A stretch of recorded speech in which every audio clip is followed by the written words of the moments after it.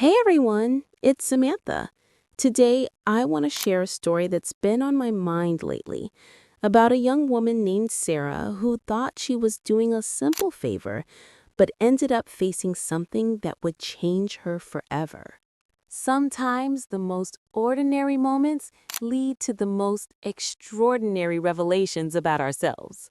Sarah was 20, living in a peaceful village with her mother and little brother. Their father had passed away years ago, so her mother, Elena, worked tirelessly to keep their small family together. It was the kind of place where everyone looked out for each other. One evening, as Sarah was playing by the river with friends, her mother called her home. "I need you to do something important," Elena said, her voice unusually serious. She handed Sarah a basket of food. "Take this to old Marcus at the edge of the village. He's been unwell, and I promised him dinner." But then came the warning that made Sarah's blood run cold. "Be careful, my child. The path to his house can be dangerous at night." Now, Sarah had heard the stories about that path. People whispered about spirits and wild animals lurking in the darkness. But she loved her mother and wanted to help. So she took the basket, hugged her mom tight, and set off into the growing darkness. The path was narrow and winding, surrounded by tall grass and thorny bushes. As she walked deeper, the familiar sounds of her village faded away, replaced by an eerie silence that made her skin crawl. Every rustle, every shadow made her jump. When she finally saw Marcus's lantern glowing in the distance, she felt a wave of relief. The old man answered the door, white hair, piercing eyes, but a kind smile.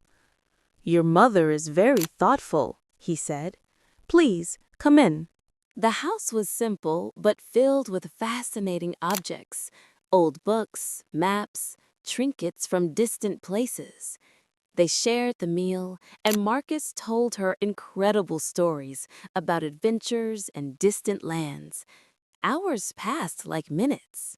But then Marcus said something that changed everything.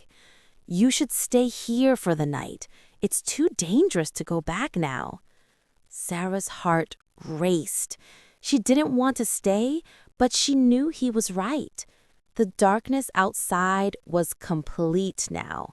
That's when she noticed something that made her stomach drop: a large, heavy lock on the bedroom door. When she asked about it, Marcus just chuckled. "Don't worry, child. It's just to keep the wind from blowing the door open." Sarah tried to sleep, but something felt wrong. The house was filled with strange noises: creaking, whispers, sounds she couldn't identify. And then she heard the bedroom door creak open. Marcus stood in the doorway, but something was different. His face was hidden in shadows, and when she called his name, he didn't answer. He just stepped into the room and closed the door behind him. Panic flooded through her. She was trapped. Marcus stood there silently, his eyes glinting in the darkness. Sarah's mind raced. There had to be a way out. Then she saw it: a small window, partially hidden by curtains. With adrenaline pumping through her veins, she leaped from the bed and ran to the window. The latch was stuck, but desperation gave her strength. She could feel Marcus moving closer, his footsteps slow and deliberate.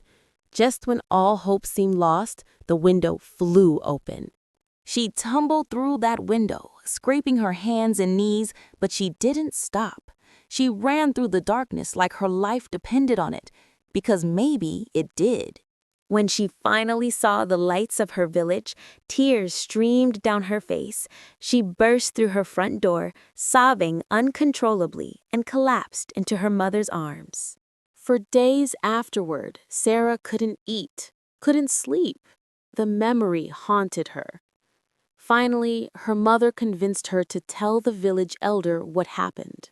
When the villagers went to investigate, they found Marcus's house empty. but they discovered something that made everything clear.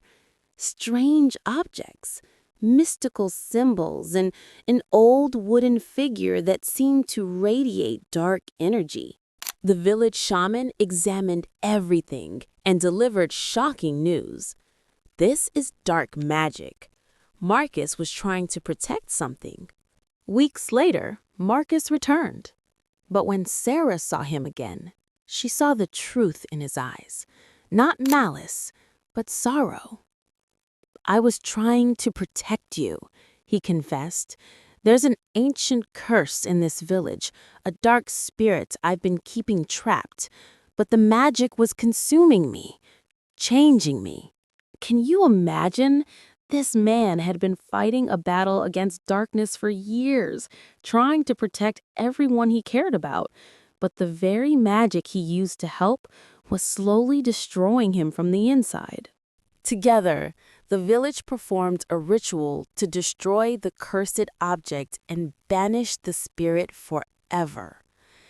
As the wooden figure burned, dark smoke rose and twisted, forming an angry face before finally dissipating into the night. The curse was broken. The village was safe. But Sarah learned something profound that night. Sometimes the people who seem scariest are actually fighting the hardest battles to protect us. Sometimes what looks like betrayal is actually sacrifice.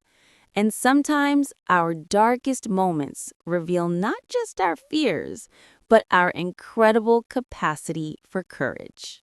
Sarah thought she was just delivering dinner to an old man. Instead, she discovered that ordinary people can do extraordinary things when they choose courage over fear. What would you have done in that locked room? Would you have found the window? Or would fear have paralyzed you? Let me know in the comments. I love hearing your thoughts. And if this story resonated with you, hit that subscribe button. I'll see you next time.